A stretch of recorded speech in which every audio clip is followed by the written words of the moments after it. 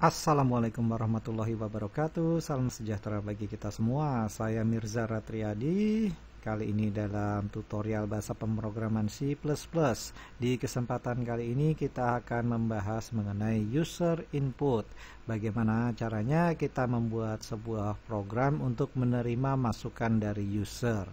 Kita akan belajar menggunakan keyword chin, kemudian contoh penggunaannya di bahasa pemrograman C++. Oke, kita buka code blocks.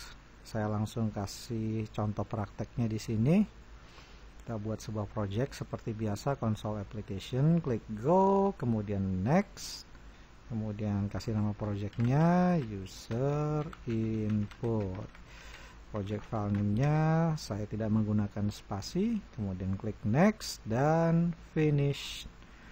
Oke, kita kenal yang namanya perintah chout. Ini untuk mencetak tampilan ke layar hello world di sini contohnya. Kemudian untuk menerima input dari pengguna, kita bisa menggunakan perintah chin. Ini kebalikan dari chout. Ini chin, dan parameter selanjutnya kita harus menggunakan karakter double karakter lebih besar ganda seperti ini. Oke, kemudian diikuti dengan nama variabel yang mau diproses. Variabel yang diproses ini kita tentukan dulu di atasnya. Ini hapus saja dulu. Kita misalnya mau mencetak tampilan ke layar. Char, gunakan, kita buat sebuah variabel tipe char, kemudian nama variabel karakter. Oke, kemudian karakter ini jangan deh. Oke, ini kemudian di bagian chin, kemudian tanda lebih besar ini, kemudian kita masukkan nama variabel yang mau diproses, yakni karakter. Oke, kalau seandainya kita build and run, ini hasilnya kosong, nggak ada apa-apa. Dia menunggu masukan dari pengguna. Nah, ini entah kita mau ketik karakter apapun. Ini dia, kalau saya tekan enter begini, ini dia nggak akan berhenti programnya sampai kita memberikan masukan karakter apapun. Misalnya mau angka, mau huruf, silahkan. Kalau saya masukkan huruf G contohnya, kemudian tekan enter, nah programnya akan berhenti. Jadi dia menunggu input atau menunggu masukan dari pengguna. Oke, supaya nggak ngeblank tampilannya kayak tadi, kita bisa masukkan di sini sebuah kalimat chout, kemudian masukkan sebuah karakter. Oke, kemudian sebuah karakter. Di sini saya nggak pakai endline. Kemudian kita compile. Nah, dia akan menunggu. Nah, di sini lebih jelas ada kalimat masukkan sebuah karakter, nggak cuma ngeblank kayak tadi. Kita masukkan sebuah karakter 3 misalnya, enter. Nah, selesai. Program akan berhenti. Ini saya nggak pakai endline. Kalau seandainya di sini saya kasih endline, saya yakin Anda bisa nebak sendiri apa yang akan terjadi. Nah, ini kursornya ini jadi ada di bawah, jadi nggak sejajar, gitu. Paham ya? Oke, di sini sengaja endline-nya saya hapus. Oke, kita bisa juga buat sebuah contoh lain. Contohnya ini simple. Kita akan buat sebuah tampilan yang programnya akan menanyakan siapa nama Anda. Kalau Anda input, nanti dia akan membalas halo nama. Contohnya gini. Kita buat sebuah char karakter, kemudian di sini kita ganti kalimatnya. Nama Anda siapa?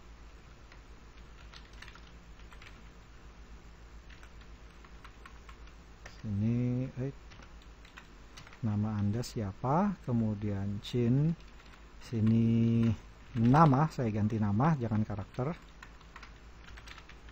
Oke. Nah, di sini saya cetak di bawah halo nama. Oke, kita compile ya. Nama Anda siapa? Misalnya nama saya Joko. Enter. Halo J. Kok halo J? Enggak Joko. Ayo, kenapa?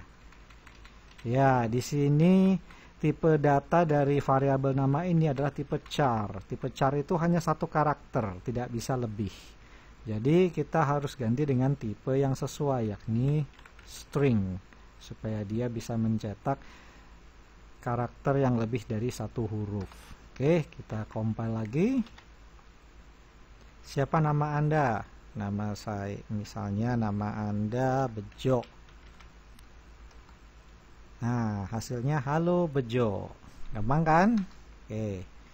Gimana ya kalau misalnya namanya lebih dari satu kata yang kita masukkan? Siapa nama Anda? Nama saya misalnya Joko Sasongko. Enter. Tetap jadi halo Joko. Karena tipe string ini adalah tipe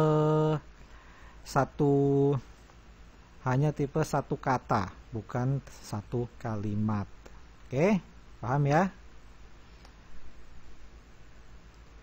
Ada contoh lain lagi, kita bisa menggunakan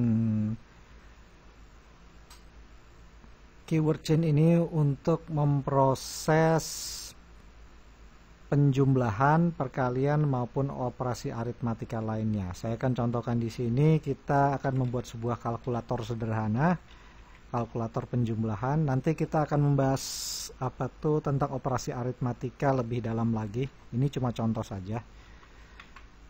Oke. Misalnya kita akan membuat sebuah program yang akan meminta pengguna untuk memasukkan dua bilangan. Nah, dua bilangan ini nanti akan dijumlahkan dan nanti akan ditampilkan hasilnya. Oke, caranya gini. Kita buat 3 variabel, bentuknya integer, misalnya bilangan 1, bilangan 2, dan hasilnya. Oke. Kemudian kita ketik tampilannya, masukkan bilangan pertama,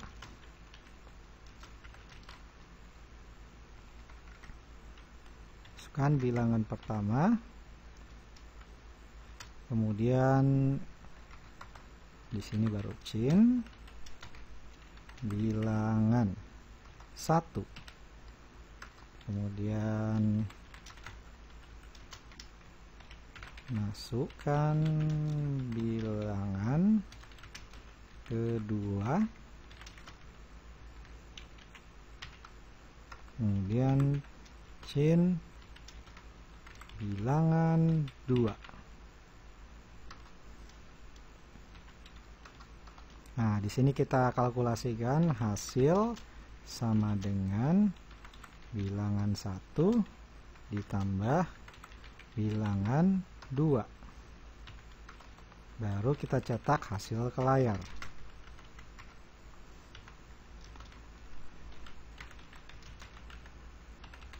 Penjumlahan adalah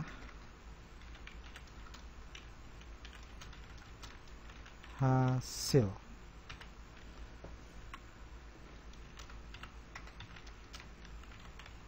End line. Oke, sekarang kita coba compile. Ada errornya apa enggak? Oh, ada error di baris ke-11. Masukkan bilangan kedua. Apa ini errornya? No match for operator, bla bla bla. Oh iya, salah operand. Coba build and run. Nah, masukkan bilangan pertama. Saya masukkan 4. Kemudian masukkan bilangan kedua, 6. Hasil penjumlahan adalah 10. Begitu caranya. Gampang ya? Nah, kalau kita lihat di tampilan, misalnya saya compile ulang deh. Masukkan bilangan pertama, 4. Kemudian masukkan bilangan kedua, 8. Hasil penjumlahan adalah 12. Nah, coba perhatikan di sini. Ini masalah tampilan aja sih. Sesudah chain ini, dia biasanya selalu otomatis masuk ke baris baru. Jadi setiap kali kita selesai menginput sebuah karakter, dia akan masuk ke baris baru. Jadi di bagian sini, ini kita nggak perlu masukin yang namanya endline, perintah endline di sini, karena dia otomatis setiap kali kita menekan enter, dia akan selalu masuk ke baris baru. Begitu. Gimana? Gampang kan? Nah, silakan Anda praktek sendiri, silakan Anda coba-coba supaya Anda bisa lebih lancar dalam coding di bahasa C++. Oke, di kesempatan kali ini saya sudah membahas mengenai user input, yaitu kita kenal yang namanya keyword chain, kemudian contoh penggunaannya di bahasa pemrograman C++. Oke, dari saya kali ini cukup sekian. Mohon maaf apabila ada kekurangan. Semoga penjelasan saya dapat berguna bagi Anda. Jangan lupa subscribe kalau berkenan. Sampai jumpa di lain kesempatan dan wassalamualaikum.